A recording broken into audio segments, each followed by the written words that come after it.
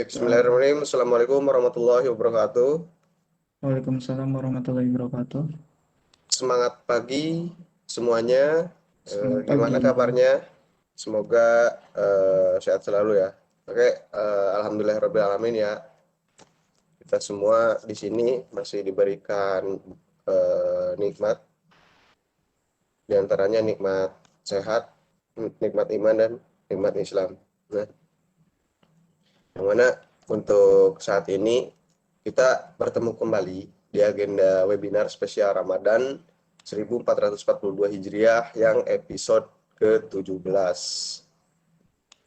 Nah, yang sebelumnya itu yang episode sebelumnya itu udah membahas mengenai seperti apa itu routing, terus multicast, VXLAN, segmen routing.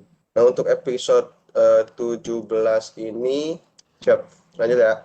Nah, baik, untuk episode 17 ini itu bertema mengenai network design dan access layer gitu. Nah, mungkin rekan-rekan semua untuk topik ini itu berisikan seperti gimana sih komunikasi atau lalu lalang paket yang ada dalam jaringan tuh. Terus ada protokol ARP, apa sih ARP? Nah, nanti mungkin akan dibahas. Selain itu ada seperti ngebahas mengenai topologi-topologi. Baik, untuk episode ini atau untuk agenda ini, untuk mempersingkat waktu, kita seperti biasa ya, awali dengan doa. Baik, untuk doa kepada Mas Dedi, waktu dan tempat dipersilahkan. Assalamualaikum warahmatullahi wabarakatuh. Waalaikumsalam warahmatullahi wabarakatuh. Sebelum acara webinar ini dimulai, ya, alangkah baiknya kita berdoa ya supaya diberikan kelancaran dan kemudahan oleh Allah Subhanahu wa taala. Amin, amin. Astagfirullahaladzim, astagfirullahaladzim, astagfirullahaladzim. Allahumma sholli wa sallim wa barik ala Rasulillahi ajmain. Amin ya Allah ya Rabbal alamin. Allahumma la sahla illa ma ja'altahu sahla wa anta taj'alul mazana idza syi'ta sahla. Ya Allah ya Arhamar Rahimin, tidak ada kemudahan kecuali yang Engkau buat mudah. Juga Engkau jadikan sebuah kesulitan jika Engkau kehendaki pasti akan menjadi mudah. Mudahkanlah segala urusan kami. Semoga Bespat Network bisa memberikan lebih banyak manfaat bagi seluruh umat. Bisa terus berkarya, tambah maju, tambah sukses, dan jadikan jalan yang sedang kami tempuh ini menjadi jalan yang diberkahi dan dirahmati oleh-Mu ya Allah. Kami niatkan dengan adanya webinar Ramadan ini menjadi salah satu ibadah kami di bulan suci Ramadan. Semoga sedikitnya ilmu yang kita berikan ini menjadi besar manfaatnya. Allahumma inni a'udzubika minal barasi wal jununi wal zudami wa min sayyidil asqam. Ya Allah, aku berlindung kepadamu dari segala macam penyakit yang sedang menimpa negeri ini, dan dari segala penyakit yang buruk dan mengerikan. Jauhkanlah kami dari musibah yang berbahaya ini, dan lindungi keluarga kami semua dari musibah, sehingga mereka dapat selamat di dunia dan di akhirat. Ya Allah, Engkau yang Maha Pengampun, Engkau juga yang Maha Pengasih lagi Maha Penyayang. Jadikanlah bulan suci Ramadan ini menjadi bulan pembersih hati, jasmani, ruhani, dan pikiran kami ya Allah. Kami niatkan webinar Ramadan ini menjadi suatu nilai ibadah karena kami ingin berbagi ilmu pengetahuan dengan saudara-saudara kami. Jadikanlah kami semua yang mengikuti acara webinar Ramadan ini menjadi hamba-Mu yang mulia, dan senantiasa diberikan hidayah, rahmat, dan maghfirah dari-Mu ya Allah. Rabbana atina fid dunya hasanah wa fil akhirati hasanatan wa qina azabannar. Walhamdulillahi rabbil alamin. Sekian, billahi taufiq wal hidayah. Wassalamualaikum warahmatullahi wabarakatuh. Waalaikumsalam Waalaikumsalam warahmatullahi warahmatullahi wabarakatuh. wabarakatuh. Baik, alhamdulillah, semoga apa yang kita panjatkan, apa yang kita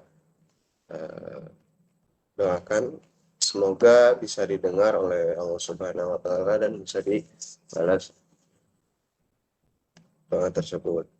Nah, itu pun semoga kita semua ini tetap berada dalam keadaan sehat walafiat.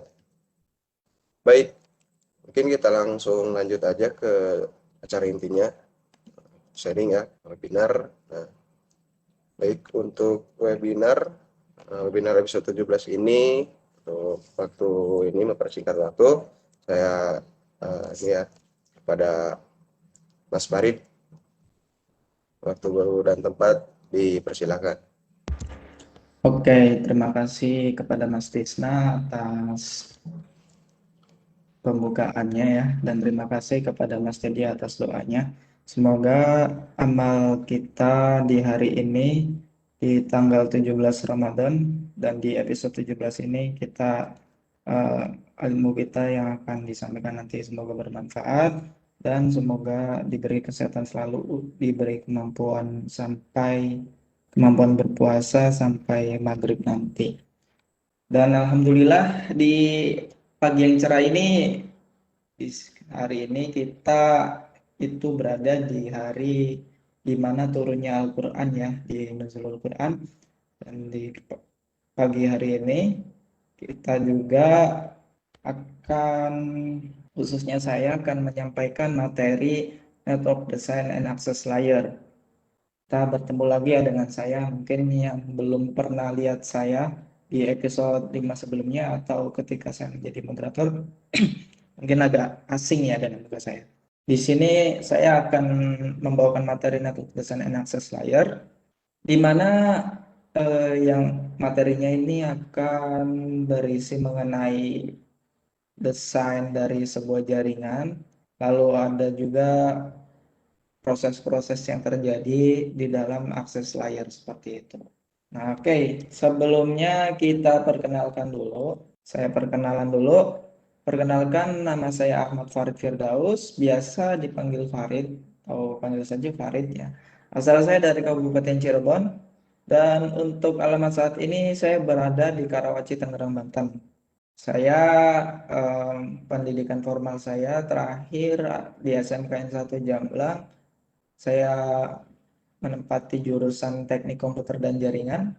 Sebelumnya saya mengucapkan terima kasih banyak kepada guru-guru saya yang mengajarkan saya, mendidik saya di SMKN 1 Jamblang, khususnya guru Teknik Komputer dan Jaringan, di antaranya Pak Fatoni, terima kasih, Pak Fata, Pak Cato, terima kasih banyak. Dan Pak Cato khususnya juga sebagai pembina organisasi yang saya ikuti, yakni Network Engineering Club, biasa dikenal disingkat NEC. Beliau yang membina organisasi tersebut. Terima kasih Pak Cato atas bimbingannya. Oke, lalu selanjutnya saya juga berterima kasih banyak kepada kedua orang tua saya dan bersyukur kepada Allah Subhanahu wa Ta'ala masih diberi kesehatan sampai sekarang, dan berterima kasih kepada kedua orang tua saya atas segala usaha yang dilakukan oleh mereka. Insya Allah dibalas oleh Allah Subhanahu wa Ta'ala. Amin. Lalu di sini ada email saya. Oh ya, selanjutnya pendidikan non formal saya. Setelah menempuh pendidikan SMK, saya melanjutkan pendidikan ke Bespat Network menjadi anak mondok ya. Jadi di sini saya mempelajari ilmu jaringan lebih dalam seperti itu. Lalu selain belajar, saya juga menggali pengalaman, mendapatkan pengalaman banyak di Bespat Network. Terima kasih banyak kepada Pak Danu Wiyoto sebagai owner dari Bespat Network ini dan kepada tim BPN yang senantiasa membantu saya dalam belajar dan menggali pengalaman. Lalu di sini ada email saya. Jika ada informasi atau sebuah lowongan kerja gitu kan yang sekiranya saya ini mencukupi kriteria, mungkin rekan-rekan teman-teman bisa mengkonfirmasi atau menghubungi saya melalui email saya, yakni ahmad.farid4802@gmail.com. Jadi di situ saya setiap hari senantiasa mengecek email tersebut. Oke. Lalu di sini ada titel atau pencapaian saya. Alhamdulillah saya mendapatkan sertifikasi CNA, Cisco Certificate Network Association, di mana sertifikat ini merupakan sertifikat atau pencapaian dasar dari vendor Cisco ya. Oke, terima kasih Tisna. Mohon maaf tadi ada kendala teknis ya dari kita. Oke, kita lanjutkan. Kita masih perkenalan ya di sini. Oke. Nah, ini tadi email saya ahmad.farid4802@gmail.com. Lalu selanjutnya ini adalah pencapaian saya, sertifikasi exam CCNA. Ini adalah sertifikasi dasar dari Cisco sendiri ya. Nah, ini ada akun Telegram saya juga, yakni @faridj dengan F-nya yang kapital. Lalu di sini ada akun Instagram saya @firdausj04. Lalu di bawahnya itu ada link URL www.linkedin.com. Itu adalah akun LinkedIn dari saya. Oke, akun LinkedIn saya. Jadi jikalau ada yang penasaran mengenai profil tentang saya, biodata saya bisa dilihat lebih detailnya itu di LinkedIn ya. Oke, lalu selanjutnya kita masuk ke my experience. Oke, nah di sini alhamdulillah terakhir experience saya di bulan Oktober hingga sekarang yang terbaru ya. Dari terbaru itu saya men-setup network and maintenance service at Westpac Network. Jadi di Westpac Network saya menjadi network engineer untuk men-setup jaringannya, lalu maintenance jaringannya seperti itu. Lalu di bulan Maret sampai April saya menjadi tim lead untuk project migrasi switch di cabang Bank BTN di bawah PT SIP ya. Oh sorry, untuk Maret sampai bulan April saya preparation for managed service Indosat. Jadi kita menyiapkan hal apa saja yang dibutuhkan untuk maintenance atau managed service Indosat itu di bawah perusahaan Intasarta.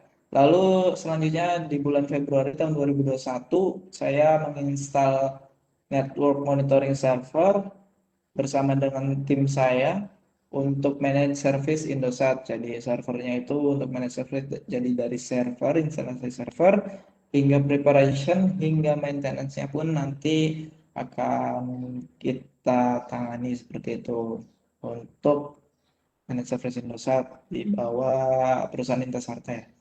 Lalu selanjutnya di sini ada di bulan Desember 2020 hingga Februari 2021 saya menjadi tim leader untuk migrasi switch project BTN, project migrasi switch di Bank BTN ya di cabangnya itu under PT SIP Sinergi Informasi Pratama.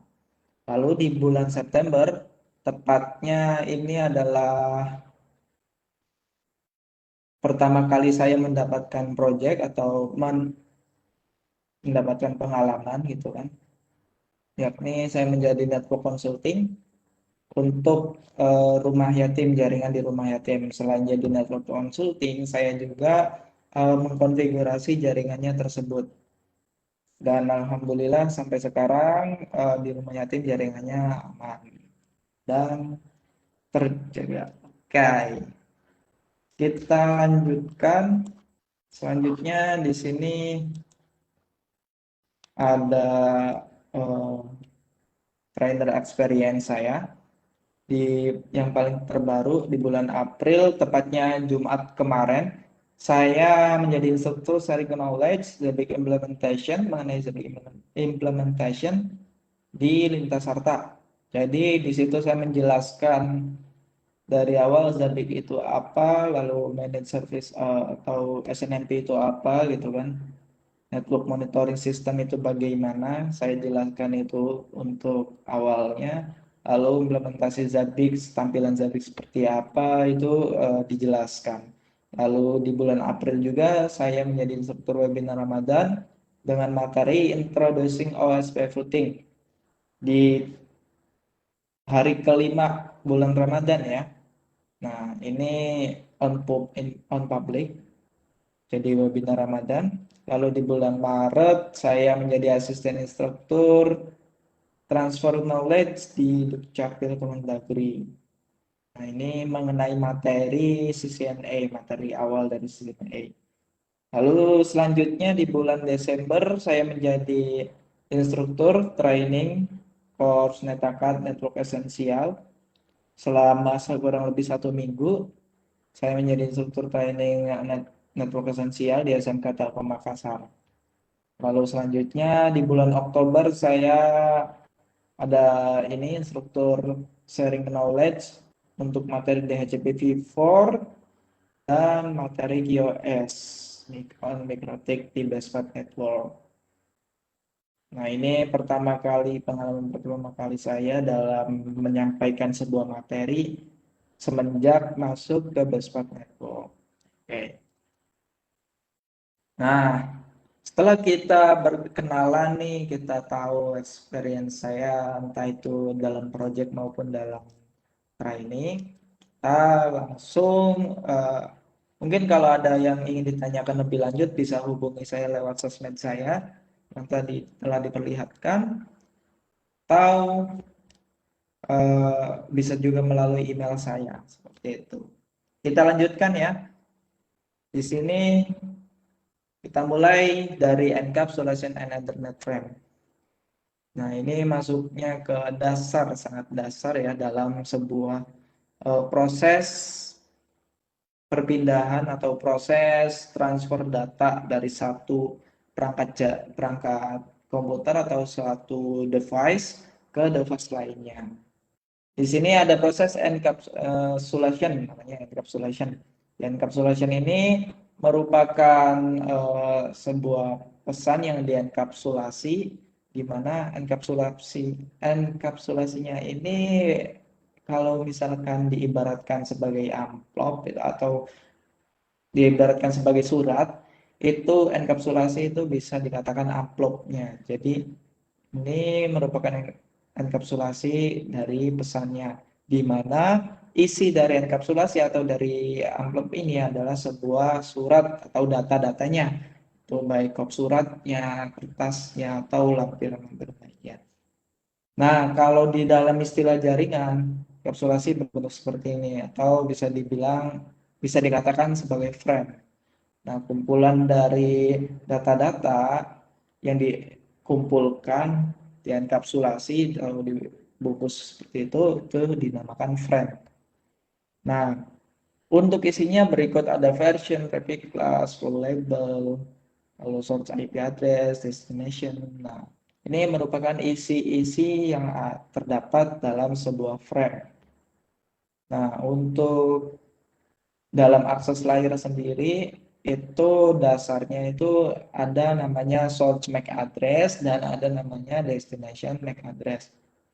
Jadi hanya menggunakan MAC address untuk mentransfer data dari si pengirim ke penerima seperti itu. Lain halnya jika sudah berbeda jaringan. Kalau berbeda jaringan, nanti akan ada yang namanya source IP address dan destination IP address seperti itu. Ini isi dari frame tersebut ya. Nah, selanjutnya setelah kita mengetahui frame atau enkapsulasi itu seperti apa dan ada juga yang namanya frame, kita lanjut cari tahu di sini apa itu Ethernet frame atau frame itu sendiri. Dalam Ethernet network, message atau frame di layer 2, jadi frame itu termasuk layer 2 ya, protokol di layer OSI. Dari 7 layer OSI, frame ini masuk ke layer 2 protokol. Nah, ini adalah PDU-nya atau protokol data unit, di mana yang ini berisi preamble NSFD.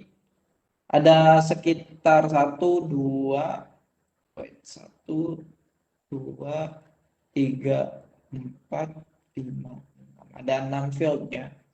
Totalnya itu sekitar 64 hingga 1518 bytes. Nah, di sini yang pertama itu ada field preamble NSFD. Nah, preamble NSFD ini adalah sebagai awal dari sebuah frame.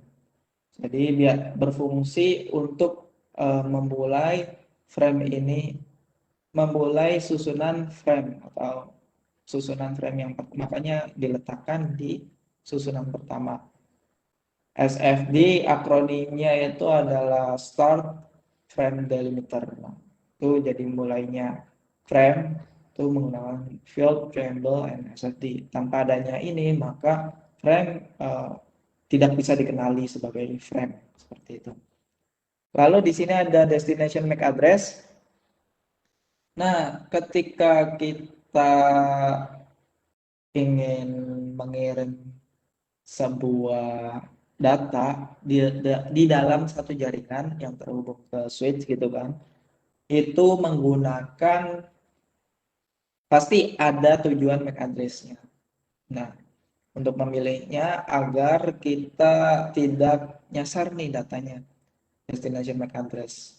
Kalau di dalam satu jaringan menggunakan destination MAC address agar tidak nyasar dalam berkomunikasi dengan si penerima. Nah, adapun source MAC address ini adalah sebuah bisa dibilang alamat si pengirim. Nah, MAC address jadi di dalam frame ini akan terdapat data destination MAC address sebagai tujuannya, lalu source MAC address sebagai alamat pengirimnya. Nah, tanpa adanya ini maka frame tidak akan terbentuk. Atau mungkin bisa dibilang suratnya itu tidak akan sampai. Karena ketika si pengirim sudah mengirim data ke si penerima, maka penerima nggak akan hanya cuma menerima doang, nggak hanya cuma di-read gitu kan. Nggak hanya di-read doang.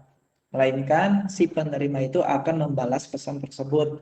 Makanya harus ada source MAC address begitu. Lalu selanjutnya di sini ada field keempat yakni type or length. Nah, ini mencirikan kalau bahwasanya berbentuk sebuah kode gitu kan, kodenya berupa heksadesimal, di mana heksadesimal itu akan menentukan bahwa frame ini termasuk ke IPv4 atau IPv6 untuk menentukan jenis IP-nya juga ya untuk field keempat ini. Lalu selanjutnya ada field kelima yakni data. Nah, ini bisa dibilang isi dari suratnya. Nah, data. Jadi kalau misalkan kita mau ngirim sebuah kayak contoh file gitu kan. Nah, nanti file itu akan dimasukkan ke field data. Nah, ini nanti akan dikirim sebuah file itu dikirim di dalam sebuah frame, dienkapsulasi lalu masukkan ke dalam frame. Di dalam frame ini akan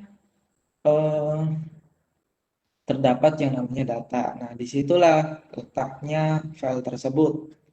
Nah, data di sini itu berbagai macam data ya, berbagai macam protokolnya juga. Ada namanya protokol 4. Jadi masuknya ke kalau dari 7 layer OSI itu bisa digolongkan dari layer OSI ke 5, 6, dan 7 itu merupakan termasuk ke dalam data ya.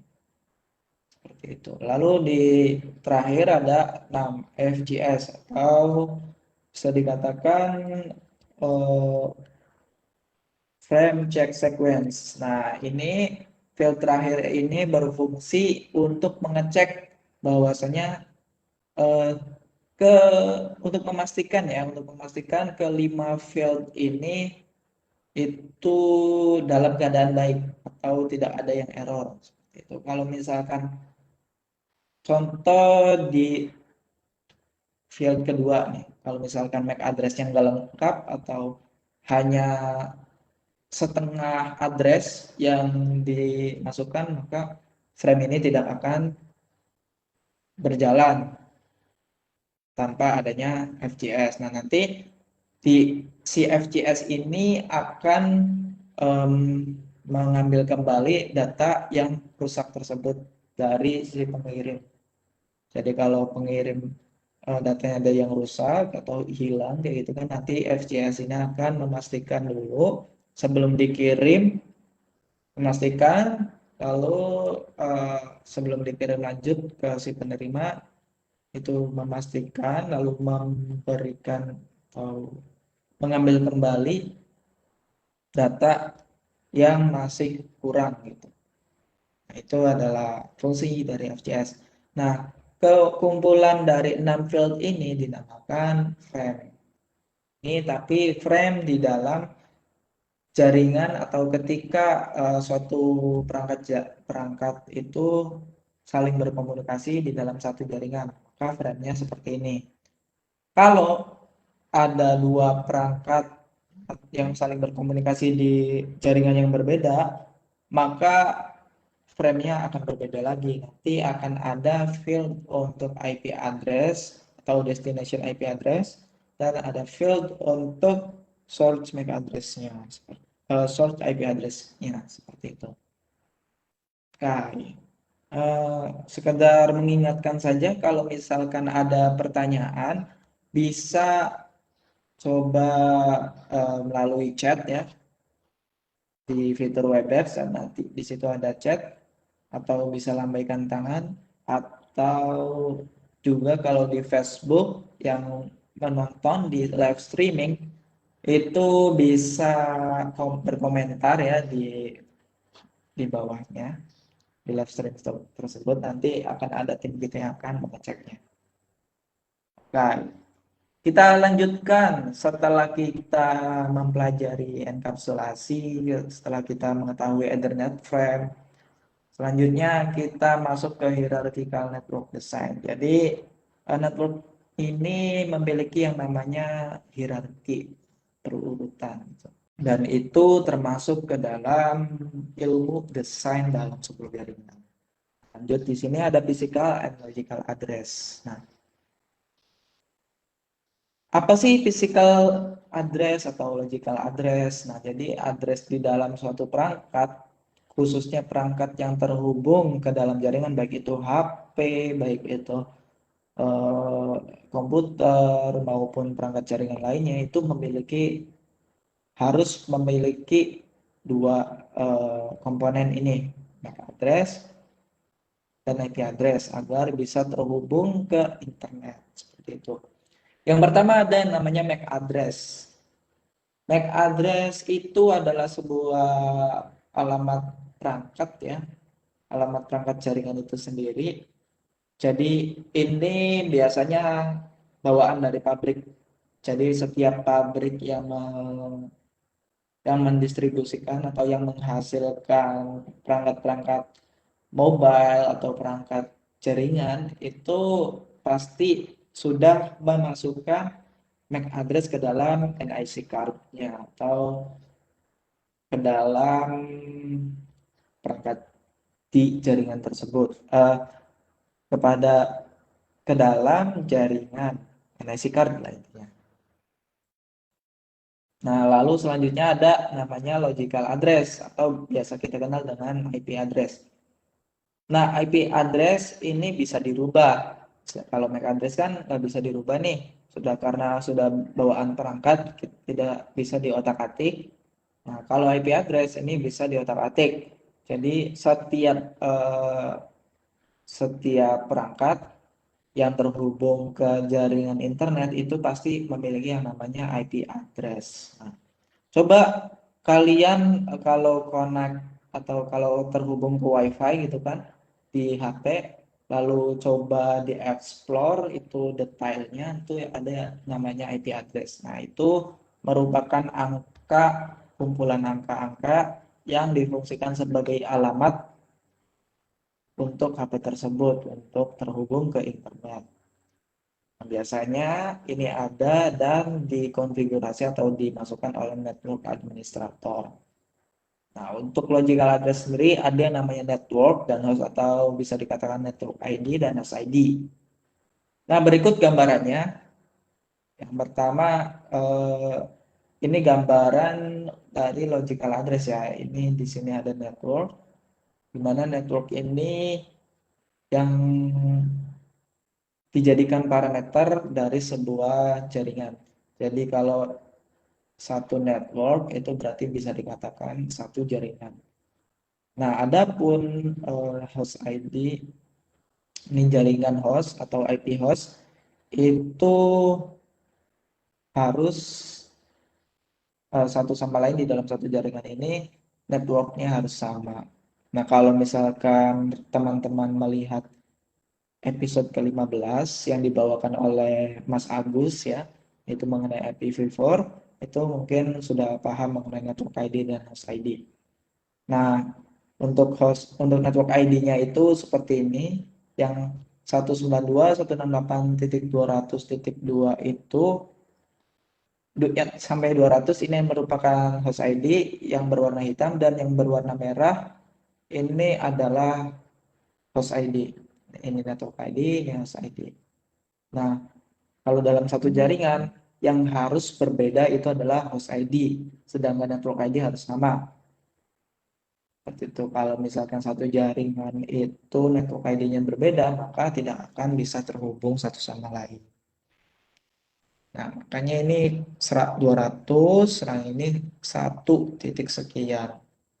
Nah, makanya mereka dihubungkan dengan yang namanya router, di mana fungsi router ini untuk menghubungkan dua jaringan yang berbeda. Nah, ini gambaran logical addressing ya, atau IP address. Oke, kita lanjut. Hierarchical analogi. Nah, analoginya hierarchical topologi itu seperti ini.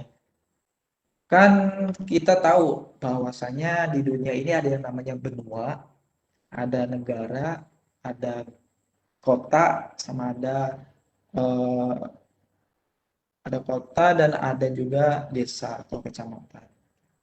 Nah, yang pertama di sini kan ada North Amerika. Nah, ini sebagai benuanya, oke. Ini sebagai benuanya. Lalu di sini ada Kanada sebagai negara, lalu di sini ada Skotsia sebagai kotanya, lalu di sini ada Halifax sebagai desanya. Nah, seperti halnya eh, benua, negara dan seperti ini, kota, itu topologi juga terbentuk seperti itu, di mana ada namanya core layer, ini untuk berfungsi sebagai pusatnya, lalu terhubung lagi ke distribution layer, lalu ke bawah lagi ada access layer. Nah, ini merupakan kalau di jaringan ya. Jadi dari besar, kecil, kecil, kecil, kecil seperti itu. Nanti bercabang. Itu hierarchical topologi. Nah, ini analoginya seperti ini. Oke.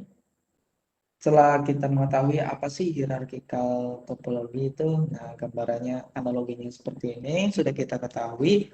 Selanjutnya kita bahas mengenai apa sih keuntungan dari hierarchical itu, kenapa nggak langsung aja gitu dari core layer ke ke klien atau ke komputer gitu kan, kenapa nggak langsung aja, kenapa harus melewati distribution. Nah, yang pertama kita bahas dulu.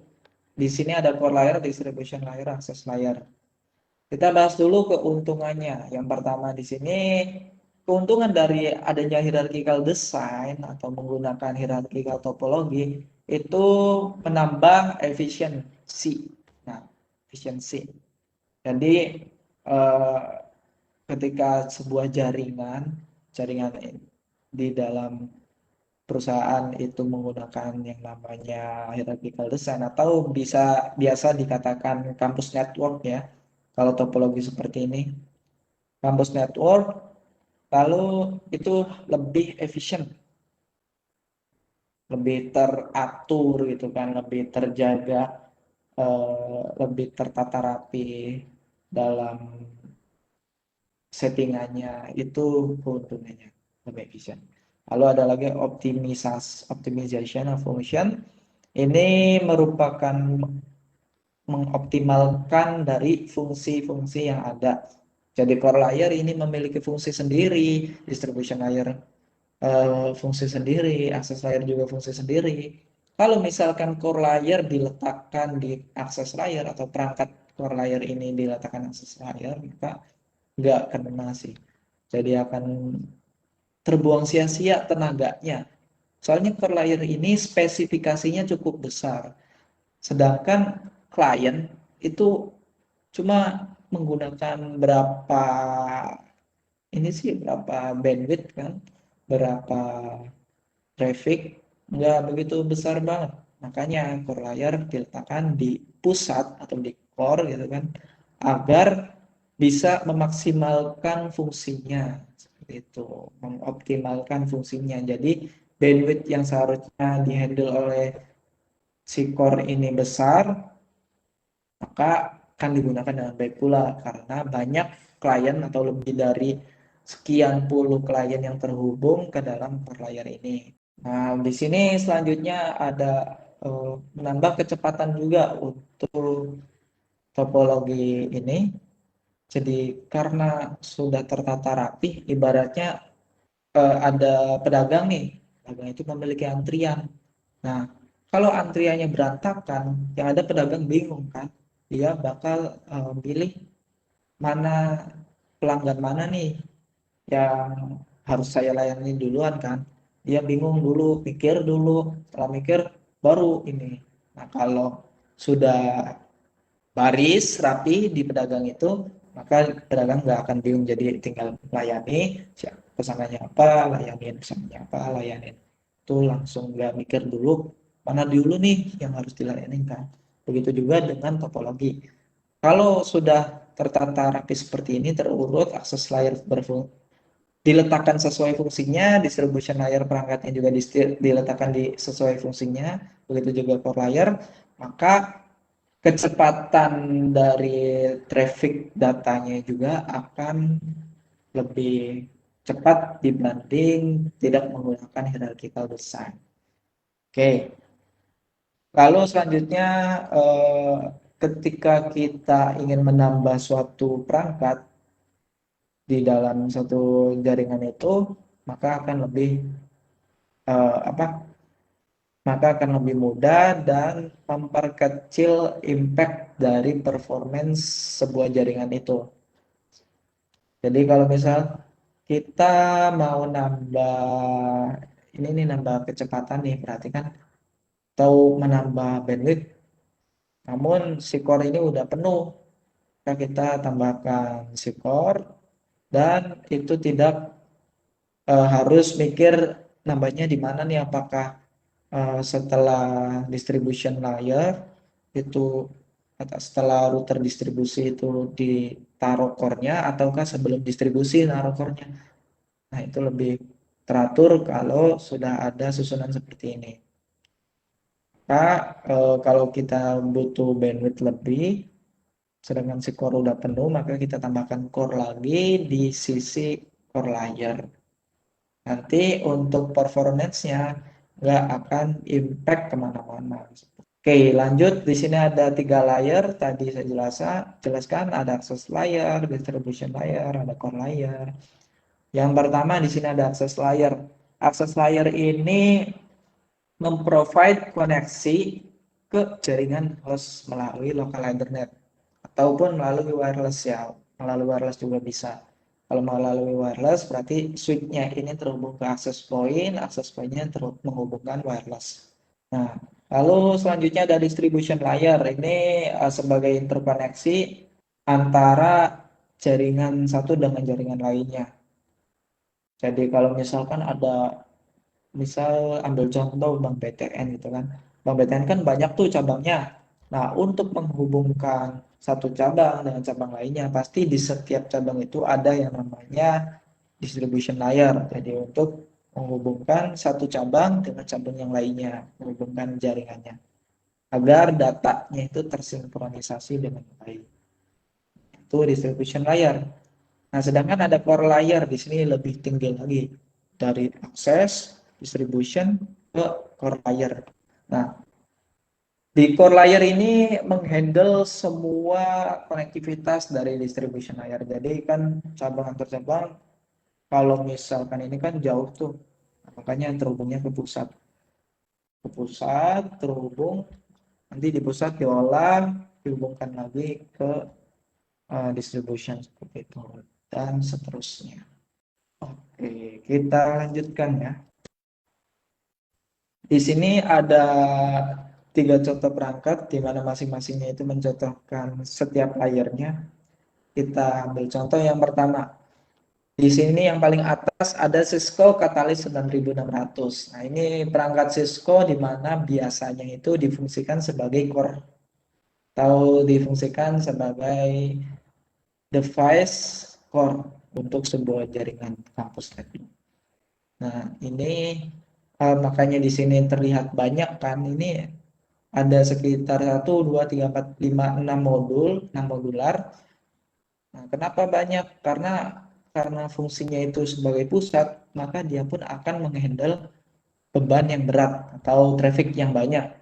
Karena trafficnya harus banyak, beban yang dibawa itu besar atau berat, maka spesifikasinya pun harus mumpuni. Ibarat orang itu kalau yang di apa kalau orang tersebut ingin bawa batu besar, maka fisiknya orang itu harus kuat juga hanya dan harus besar juga agar bisa mengangkat batu besar itu seperti halnya topologi seperti halnya perangkat jaringan ini. Karena ini core jadi harus besar, di sini spesifikasinya juga harus mumpuni.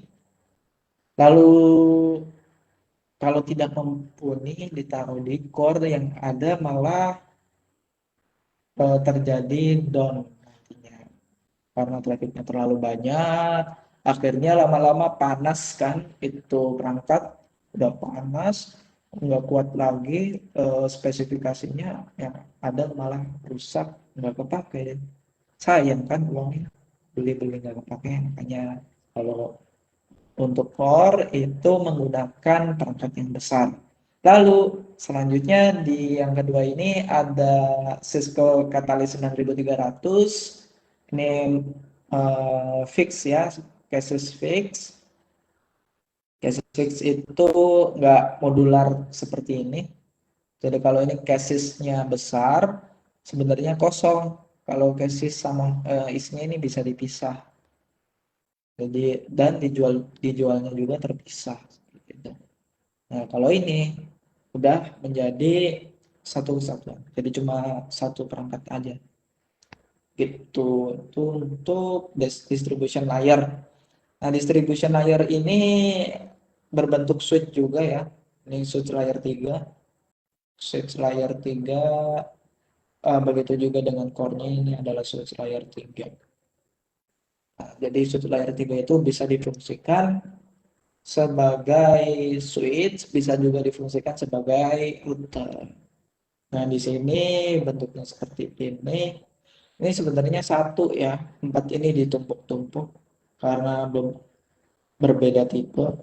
Oke, selanjutnya ada perangkat akses layer.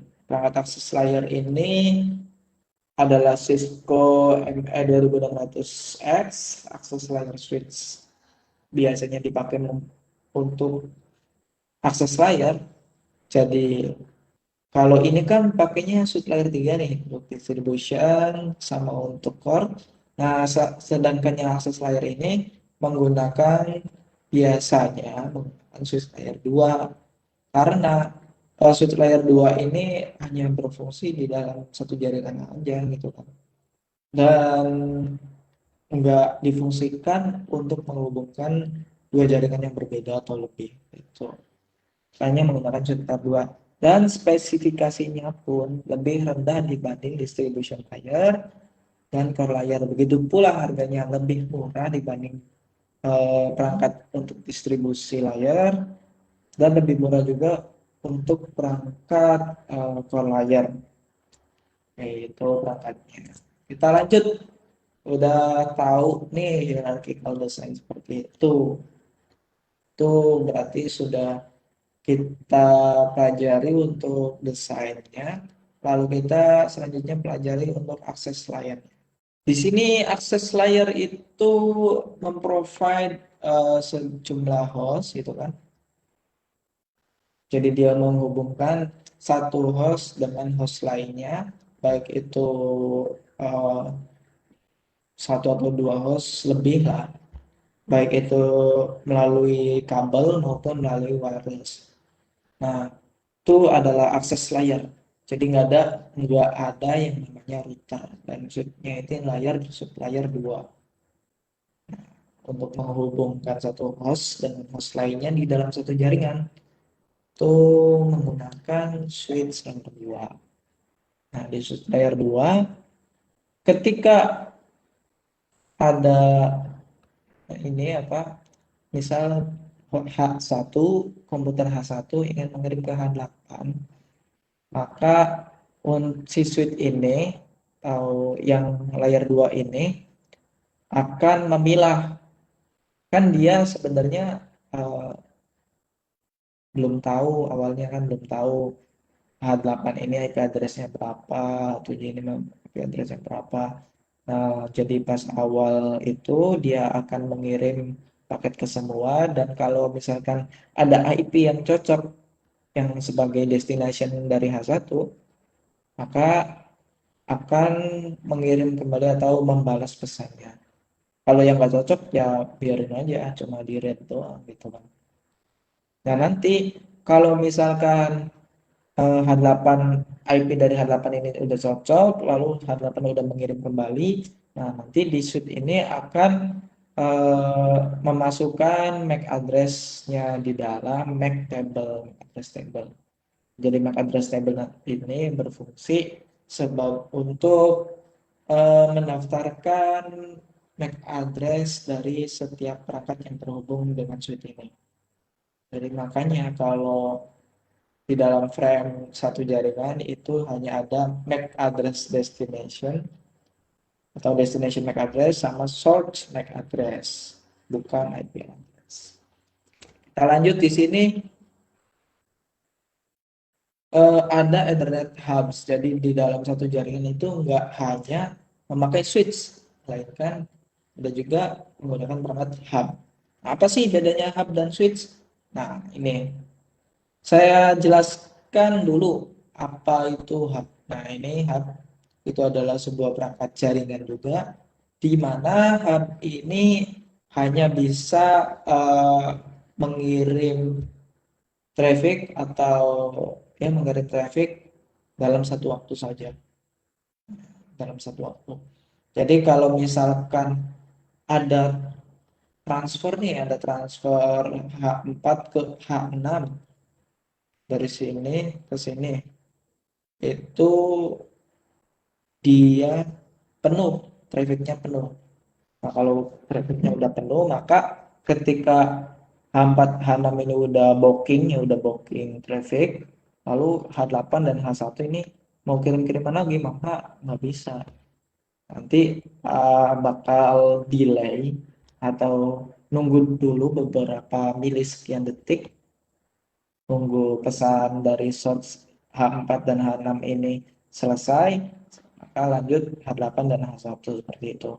Kenapa hub ini cuma bisa satu waktu, satu kali proses kirim dan terima?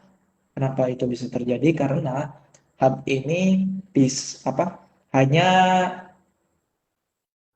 bisa men-forward ke semua jalan. Jadi kalau misalkan H4 ngirim pesan ini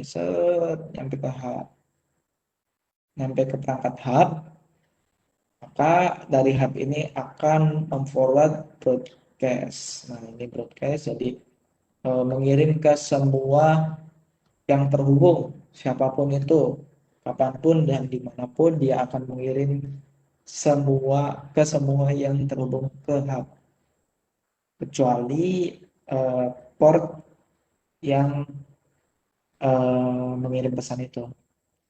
Jadi selain ini, semua portnya itu, semua interface-nya itu mengirimkan message-nya. Seperti itu. Begitu juga kalau H6 ini mengirim balasan, maka eh, H6 maka port yang terhubung ke laptop atau komputer H5, H4, H3, H2, H1 dan lainnya itu akan terdapat pesan dari H6. Jadi di forward semua. Itu adalah hub. Nah, berbeda dengan switch. Kalau switch itu dia akan mempelajari atau akan ada yang namanya mac table, di mana mac table ini berfungsi agar setiap ada data yang lewat itu nggak harus dikirim ke semua yang terhubung. Jadi misal H1 ingin ngirim ke H6 nih, ya udah langsung aja set dari sini teruskan ke sini, seperti itu. Enggak, bukan seperti hub, di mana hub itu kalau H1 ngirim, maka H2 yang bukan tujuannya dikirim juga, H3 yang bukan tujuannya dikirim juga, seperti itu. Tuh. Kurang kurang ini ya performance-nya. Nanti akan yang ada malah nge-lag atau lola gitu kan jaringan internetnya. Nah, kenapa suite ini bisa langsung forward seperti ini? Karena di dalam suite ini ada yang namanya MAC address table.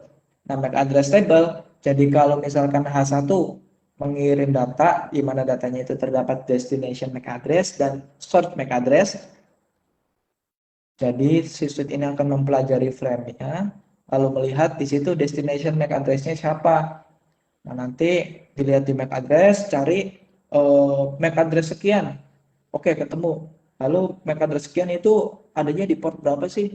Nah, ternyata ada di port misal port 10 lah. Berarti langsung aja si suite ini akan mentransfer atau menforward datanya langsung ke port 10 seperti itu. Nah, itu switch. Jadi dia mempelajari MAC address table, memasukkan MAC address-nya, lalu data interface mana aja yang terhubung dengan MAC address tersebut. Oleh karenanya, suite ini bisa hanya memforward satu pesan saja, nggak banyak nge-broadcast gitu, hanya unicast. Oke, kita lanjutkan ke MAC address table. MAC address table itu sendiri apa sih? Nah, Switch ini membuat atau membentuk MAC address itu ketika pertama kali terjadi proses kirim data di dalam switch itu. Misal di sini pertama kali H3 dan H7 ini saling transfer data. Atau pertama kali mengirim data. Nah, H3 ini mengirim source MAC address sekian, destination sekian.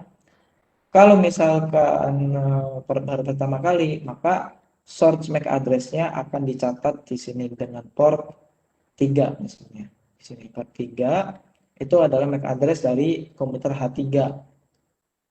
Lalu berhubung ini destination-nya nggak tahu gitu kan, di MAC address table-nya nggak ada data dari destination MAC address yang ada di frame tadi, maka yang ada switch-nya itu akan memforward ke semuanya. Itu hanya untuk pertama kali saja. Jadi dia akan memforward ke semuanya. Hey, kamu MAC address-nya ini bukan, nanti ditanyain semua. Nah, berhubung kan ini broadcast. Nah, untuk broadcast-nya ini sendiri, MAC address yang dituju itu bukan langsung MAC address 17, melainkan MAC address F, F, F, F, F, dan seterusnya. Nah, itu adalah MAC address broadcast. Jadi untuk sebagai ini aja sih untuk memilih destination yang dimaksud oleh perangkat komputer H3 ini yang mana sih, port berapa sih gitu kan. Nanti kalau udah ketemu, nanti dicatatlah di switch. Kalau udah ketemu, oh ternyata destination-nya itu berada di port 1, 2, 3, 4, 5, di port 7. Nah, berarti nanti dimasukkan ke data port 7, MAC address-nya H7. Nah, itu adalah MAC address table.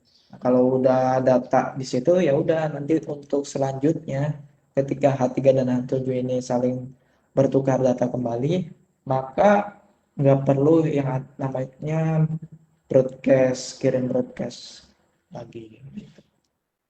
Oke, kita udah tahu nih akses layer dasarnya itu seperti apa, seperti itu udah, lalu kita lanjutkan ke broadcast containment. Nah, broadcast containment di sini ada Ethernet broadcast di local network. Nah, kan secara bahasa atau broadcast ini sendiri termasuk ke dalam tipe salah satu cara sebuah perangkat itu mengirim data, di mana itu ada 3 forwarding state-nya atau forwarding types. Ada 3. Yang pertama ada unicast, lalu kedua ada multicast, ketiga ada broadcast. Nah, unicast ini hanya mengirim point to point atau hanya satu tujuan dari satu pengirim ke satu tujuan, sedangkan multicast satu pengirim ke sebagian lebih dari satu tujuan, sedangkan broadcast itu satu pengirim ke semua yang ada di jaringan tersebut. Nah, ini sekarang lagi membahas yang namanya broadcast, di mana H1 ini baru pertama kali ngirim. Di sini terlihat komunikasi dialog ini, dialog di topologinya. Hey, I'm new here and I want everyone to know my name. I will send a broadcast to announce myself. Nah, dia ingin mengenalkan diri. Saya baru nih. Saya ingin mengenalkan diri saya ke semua perangkat yang ada, gitu kan. Perangkat yang ada di jaringan itu. Maka saya akan mengirim broadcast nih. Dia akan ngirim pesan, ngirim pesan seperti ini. Udah terkirim ke sini, dia juga mengirim ke sini. Setelah masuk ke suite ini, si suite ini juga akan menyebar kembali seperti ini. Nah, sudah seperti itu. Oke, itu ketika pertama kali kenal, itu yang namanya broadcast. Jadi dia mengirim satu pesan, maka akan dikirimkan ke semua perangkat yang ada untuk mengenalkan dirinya. Oke, kita lanjut. Di sini ada broadcast domain, di mana broadcast domain ini agak bisa dikatakan jaringan yang berbeda. Jadi adanya si router itu untuk memecah broadcast domain. Jadi kan walaupun hanya satu kali nih walaupun si suite ini hanya satu kali membroadcast, namun dalam jaringan skala besar atau jaringan yang sensitif, dia akan memberatkan proses pengirimannya itu akan berat di dalam domain. Ini merupakan domain broadcast, satu domain. Jadi satu jaringan ini satu domain, ini juga satu domain, di mana namanya ada marketing, sales, dan production. Nah, kalau misalkan ini dijadiin satu nih, ketiga suite ini dijadiin satu, maka yang ada broadcast domainnya itu akan semakin meluas atau semakin banyak, dan hal itu akan eh, menuhin traffic ya, menuhin traffic kalau seperti itu. Makanya bisa menggunakan router antara satu domain dengan domain lain. Oke, kita lanjutkan di sini. Oh sorry, Kita lanjutkan, di sini ada access layer communication. Untuk access layer communication ini di sini terlihat ada si H1, komputer H1 untuk mengirimkan ini ya. Ini I need to send information to IP itu 9.1.1.7, tapi dia nggak tahu, dia hanya memiliki IP address-nya aja, dia nggak tahu perangkatnya itu yang mana gitu kan, apakah ini. Nah, nanti ini ngirim switch yang akan memfilter atau yang akan menentukan ngirimnya kemana gitu. Nah, itu akan ada yang namanya RP table. Nah, di RP table itu juga terdapat IP berapa. Halo, halo, gimana Mas Farid? Bisa dilanjut ya? Oke, bisa. Suaranya udah kedengeran kan ya? Mohon maaf ya, barusan ada sedikit kendala. Baik, kalau misalkan udah oke, silakan dilanjut. Oke, oke. Oke, kita bisa lanjut ya. Oke, kita lanjut. Di sini ada broadcast domain. Nah, oh iya, jangan kemana-mana ya, karena ya nanti akan ada info sesuatu. Oke. Di sini ada broadcast domain. Broadcast domain itu seperti yang saya katakan tadi, di mana broadcast domain itu adalah sebuah dalam satu jaringan yang sama, di mana jaringan itu terhubung ke salah satu perangkat akses layer 2. Akses layer 2, entah itu switch atau hub. Nah, itu ketika ada salah satu komputer yang baru pertama kali forward, itu bakal ada yang namanya proses broadcast, di mana nanti si switch itu akan menyebarkan pesannya, forward pesannya ke semua jaringan yang ada di situ. Nah, ini kalau di sini menggunakan router untuk mencegah lebih besarnya atau meminimalisir yang namanya broadcast domain. Nah, selain router, kita juga bisa menggunakan interVLAN routing. Selain dengan cara ini, kita menggunakan interVLAN routing, di mana VLAN-nya itu difungsikan untuk mencegah broadcast domain juga ya, biar nggak terlalu banyak broadcast ketika ada salah satu perangkat baru, seperti itu. Nah, itu broadcast domain. Oke, selanjutnya di sini ada access layer communication. Nah, di sini itu kan masih dalam satu jaringan ya.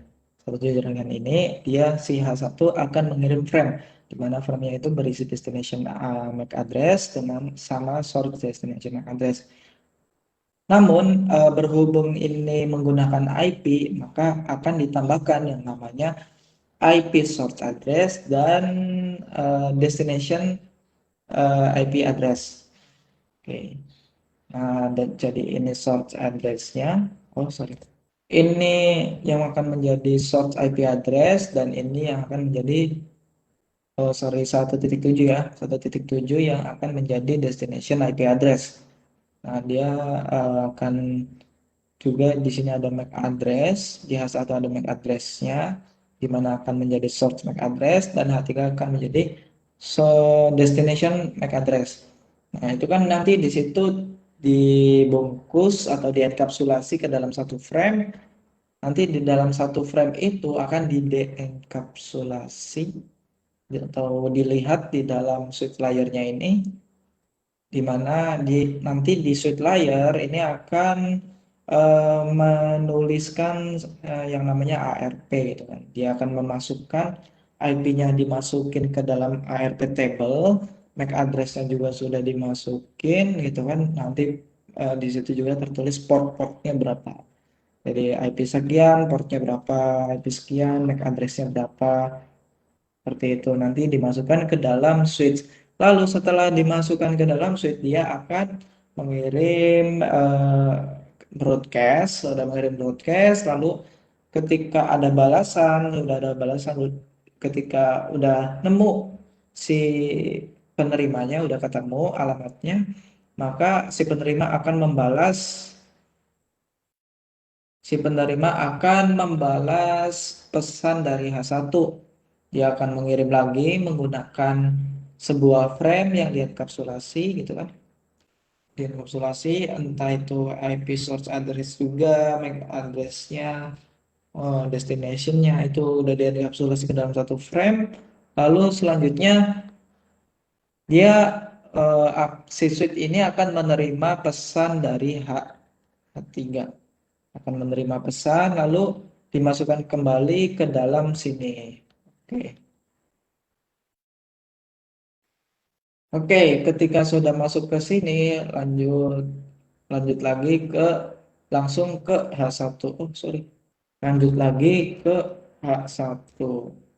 Nah, itu untuk membalas pesan si pengirimnya. Oke, kita lanjut. Setelah mengetahui akses layer komunikasi seperti itu, kita juga sudah dibahas. Kalau misalkan ada yang kurang paham, bisa ditanyakan, bisa melalui PM, bisa juga melalui Facebook dengan komentarnya atau melalui chat di Webex dengan fitur chatnya. Oke, lanjut. Di sini ada address resolution protocol. Nah, di ARP ini menggunakan 3 step ya untuk mendiscover MAC address. Tadi sudah saya jelaskan singkatnya. Kalau di sini akan dijelaskan kembali, dimana si pengirim ini akan membuat file yang dimana di situ berisi source MAC address dan IP source IP address. Lalu di situ juga sudah terdapat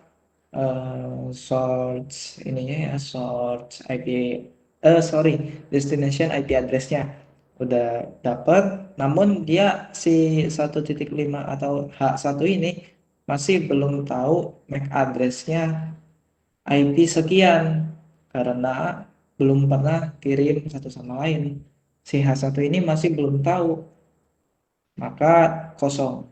Atau bisa dikatakan MAC address destination MAC address-nya itu bukan milik si H4 ini, melainkan tadi FFF. Nah, ini merupakan MAC address broadcast ketika si pengirim tidak tahu MAC address-nya berapa, MAC address yang ditujunya berapa untuk mengirim sebuah data ke IP. IP-nya sih udah tahu, tapi MAC address-nya belum tahu. Makanya dia menggunakan MAC address broadcast, yakni FFFF. Oke, ketika udah itu lalu di switch, dia akan mentransfer atau membroadcast ke semua port selain portnya si pengirim. Selain ini tidak di broadcast, dia akan mengirim ke H3, H4, H2. Nah, setelah itu langkah kedua, H4 akan menerima, oh ada pesan dari H1, IP-nya 1.5, MAC address-nya sekian kan. Ada pesan, H4 pun menerimanya. Setelah H4 menerimanya, dia akan mengirim kembali dengan format frame yang lebih spesifik karena sudah mengetahui MAC address-nya ini, jadi dia cuma menambahkan saja gitu kan, lalu mengirim ke switch, dan switch pun tidak perlu membroadcast ke H3 dan ke H2, tidak perlu membroadcast ke sini, melainkan hanya perlu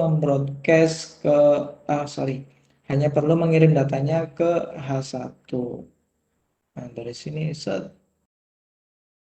Nah, itu adalah proses transfer atau address resolution protocol ya.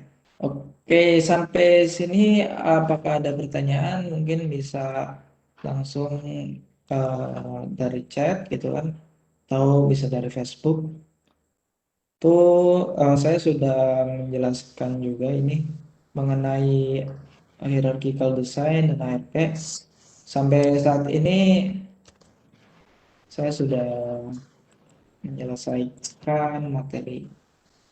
Jadi kalau misalkan ada tambahan dari Mas Tisna nih atau ada pertanyaan bisa langsung dipersilahkan untuk menanyakan atau menambahkan. Oke, gimana Mas Tisna, ada tambahan atau tidak?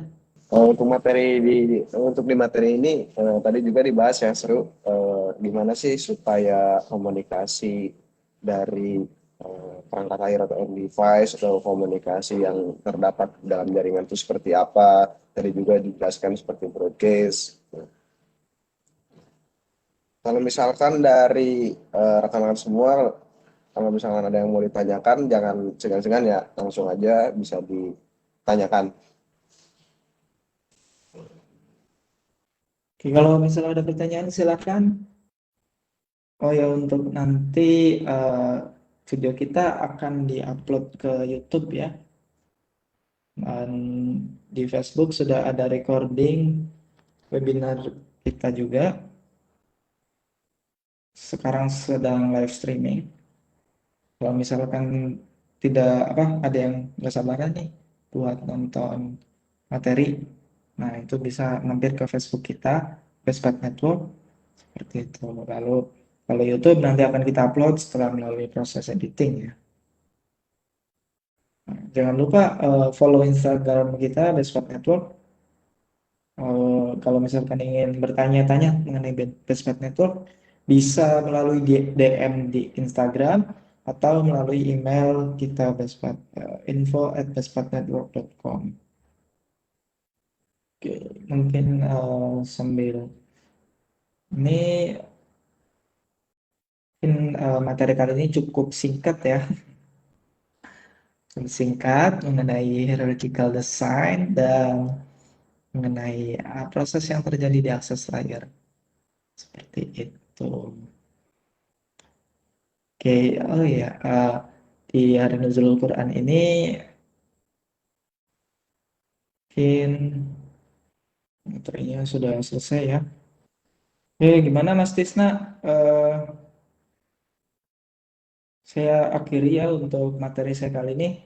Kalau ada ilmu yang lebih dari teman-teman sekalian, bisa infoin ke saya, oke? Kalau misalkan ingin discuss dengan saya atau dengan tim Best Network, bisa hubungi saya atau bisa hubungi salah satu dari rekan-rekan kita gitu. Oke. Wassalamualaikum warahmatullahi wabarakatuh. Terima kasih yang sudah hadir. Oke. Selanjutnya kepada Assalamualaikum. Mas Tisna dipersilakan. Siap. Terima kasih ya kepada Mas Farid yang sharing mengenai ilmunya. Semoga sedikitnya ilmu yang diberikan itu bisa besar manfaatnya untuk kita semua bagi kedepannya ya. Amin. Nah, saya ucapkan terima kasih juga kepada rekan-rekan semua yang udah join dari awal sampai akhir. Tetap stay. Nah, baik. Mohon maaf apabila ada kekurangan dari sisi kita. Nah, untuk sesi ini ditutup ya. Sekali lagi terima kasih semuanya. Semoga kita semua tetap berada ini ya, keadaan sehat supaya bisa menjalankan ibadah puasa. Baik, sekian. Wassalamualaikum warahmatullahi wabarakatuh. Waalaikumsalam warahmatullahi wabarakatuh. Seperti biasa ya, maaf karena di sesi akhir ada ini ya, pengenalan mengenai Vespat Network. Baik, seperti biasa ya, izinkan untuk di sesi akhir itu untuk perkenalan mengenai BPN. Baik, assalamualaikum warahmatullahi wabarakatuh. Nah, di sini untuk pengenalan atau siapa sih Vespat Network ini? Nah, Vespat Network atau singkat BPN ya. Mana untuk BPN ini itu bergerak di bidang IT networking. Nah, di sini pun ada email kami ya. yaitu info@bestpartnetwork.com. Nah, untuk BPN sendiri itu alamatnya berada di Jalan Lombok 2, nomor 154, Perumnas 1, Kota Tangerang, Provinsi Banten. Nah, kalau misalkan dari rekan-rekan semua atau teman-teman semua mau ngepoin website kami, itu ada di bestpart-network.com. Nah, jadi untuk Bestpart ini itu adalah bergerak di bidang IT networking dan consulting juga. Nah, baik, kita masuk ke ini ya, kenal mengenai VPN atau Bestpat. Bestpat ini adalah sistem integrator. Nah, yang mana untuk Bestpat ini atau VPN itu ada nge-provide ya, nge-provide diantaranya yaitu ada network planning and design. Nah, untuk network planning and design ini lebih mengarah kalau semisalkan dari rekan-rekan semua yang ingin melakukan redesign jaringannya atau ingin melakukan planning upgrade networknya, gitu. Ataupun kalau misalkan dari rekan-rekan semua atau teman-teman semua ingin melakukan building network dari nol gitu. Nah, kita juga bisa ya. Selain itu, untuk Bestpat ini itu nge-provide network implementation. Jadi selain kita melakukan planning, selain kita melakukan desain, nah kita juga bisa melakukan di sisi implementation-nya. Nah, adapun di sini untuk Bestpat atau BPN ini itu ke network monitoring ya. Kalau misalkan apabila ada dari rekan-rekan semua yang ingin networknya itu di monitoring, nah kita juga bisa ya. Nah, untuk network monitoring ini itu proses ya memantau ataupun menganalisa jaringan secara berkala gitu. Nah, adapun network maintenance. Jadi selain melakukan planning, design, implementation ataupun monitoring, kita juga nge-provide maintenance. Nah, untuk maintenance ini contohnya seperti rekan-rekan semua kalau misalkan terjadi case ya di networknya, terus pengen ngelakuin yang namanya T-shoot atau troubleshoot, nah kita juga bisa melakukan yang namanya network maintenance. Nah, untuk Bestpat sendiri itu selain dari yang barusan ya, itu ada in-house training.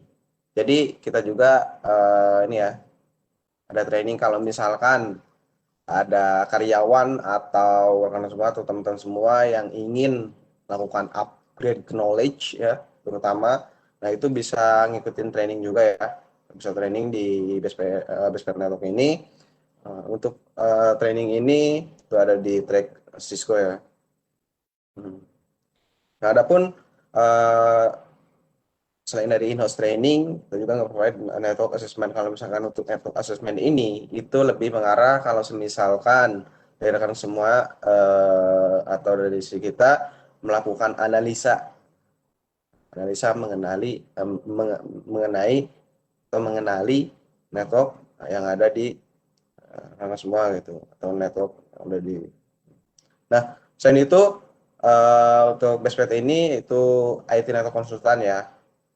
Jadi kalau misalkan ada yang mau dikonsultasikan mengenai IT networking, nah itu bisa ke kita juga. Selain itu kalau misalkan butuh asisten mengenai permasalahan yang ada di dalam jaringan, nah itu bisa info aja ya ke kita atau email di info@bestpart.com. Nah, di sini pun ada beberapa klien kita ya, diantaranya seperti Dana, Tri, Visionet, Pins, Arta Jasa, kemudian ada PAA, Phoenix, Telkomsel, Kominfo, Kemenke, Wetsen, ada Sisindokom juga, Esa Unggul ya, perusahaan ini ya, Universitas Esa Unggul. Nah, adapun seperti Ria Busana, klien-klien kita ya. Nah, selain Ria Busana ada PLN, BSSN, NTT, SMK Telkom Makassar, Alto, Sutek, nah Bank BRI, nah adapun Jago Network ya. Untuk Jago Network ini Pak Faisal Reja. Nah, selain itu ada juga beberapa klien juga, beberapa klien kita juga, diantaranya seperti ini. Nah, di sini ada Mabes Polri ya. Mabes Polri, ada Bank BTN, Indosat, terus Starcom, Nokia, SIP, Lintas Arta, dan BIG. Nah, kalau misalkan dari teman-teman semua atau rekan semua yang ingin ini ya upgrade skill atau upgrade knowledge, itu bisa ikut training juga di kita ya. Untuk trik Cisco itu ada CCNA dan CCNP. Nah, itu kalau misalkan dari rekan-rekan semua request trainingnya itu tracknya atau custom ya, seperti pengen request untuk trainingnya seperti PXLAN, SD-WAN, misalkan ataupun semacamnya, itu bisa di info aja ya ke info@bestpartnetwork.com. Nah, adapun untuk Bestpart Network ini itu ada beberapa produk ya dari kita. Pertama itu ada workbook CCNA. Nah, untuk workbook CCNA ini itu berisikan materi, mana materi ini itu ada konsep. Selain konsep ada lab. Nah, mana untuk konsep dan lab ini di buku CCNA ini itu berisikan tentang materi-materi yang ada di track CCNA. Nah, untuk buku ini itu dibuat atau ditulis oleh ini ya, Pak Danwiyoto. Untuk bisa mendapatkan buku ini, rekan-rekan atau teman-teman semua bisa akses di webpage kita ya di www.bestpart-network.com. Nah, adapun di sini handbook MPLS dasar dan L3PPN. Nah, untuk handbook ini yaitu sifatnya free ya. Rekan-rekan semua atau teman-teman semua itu bisa dapatkan secara gratis di webpage kita. Nah, untuk handbook MPLS ini itu berisikan teknologi-teknologi yang berada di MPLS ya. Nah, untuk buku ini itu dibuat atau ditulis oleh Pak Danwiyoto ya. Nah, selain itu untuk produk ini ya handbook ada Zoom Cloud Meeting. Kalau misalkan ingin mengetahui mengenai fitur-fitur yang ada di Zoom ya, itu bisa di-download karena untuk handbook ini juga sifatnya free. Nah, untuk buku atau handbook ini itu dibuat oleh Bang Jeki Hendrian ya dan Bestpart Network Team. Nah, selain itu untuk handbook sendiri itu ada tutorial registrasi IP phone dengan CUCM. Jadi untuk handbook ya, kalau misalkan ingin belajar mengenai CUCM atau pengen tahu step by step registration mengenai IP phone-nya menggunakan CUCM, nah bisa di-download juga. Untuk buku ini sifatnya free ya. Nah, untuk buku tutorial registrasi IP phone dengan CUCM ini itu dibuat oleh ini ya, Kang Itang Asep Sopiandi dan Bestpart Network Team. Nah, selain ada tutorial registrasi IP phone, di sini pun ada handbook stacking di Cisco Switch 3750. Nah, untuk buku ini sendiri itu ngebahas mengenai dari teknik stacking ya, dimulai dari planning atau bikin topologi supaya terjadinya atau bisa menggunakan stacking, dan itu dibahas di buku atau di handbook ini. Nah, untuk handbook ini itu bisa dapatkan di webpage kita ya. Untuk buku handbook ini itu juga sifatnya free. Nah, untuk handbook stacking Cisco Switch ini itu dibuat oleh Mas Danang Kurniawan serta Bestpart Network Team. Nah, di sini ada beberapa sosial media dari kita ya. Untuk Bestpart Network itu ada YouTube.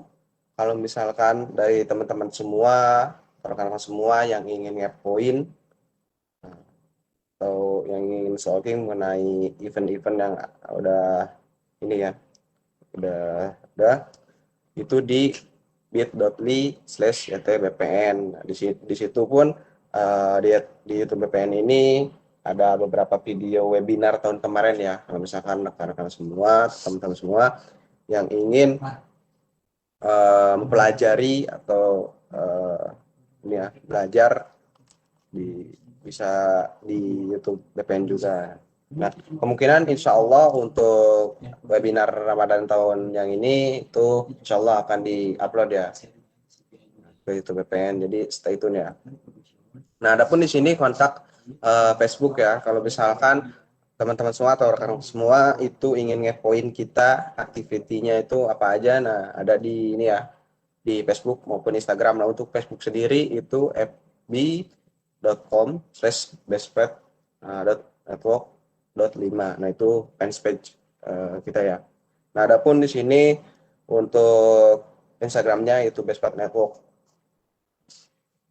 Selain itu ada ini ya, webpage kita yaitu www.bestpet-network.com.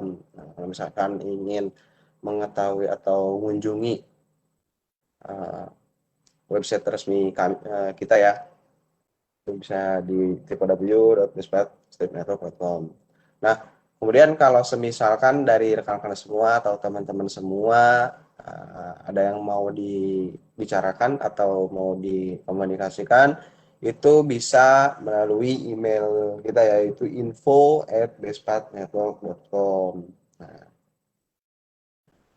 itu pengenalan ya mengenai Bestpet Network ini. Mungkin saya cukupkan ya. Terima kasih kepada rekan-rekan semua. Salam pantang pulang sebelum replay. Maaf kalau misalkan ada kurang lebihnya. Sekian dari saya. Wassalamualaikum warahmatullahi wabarakatuh.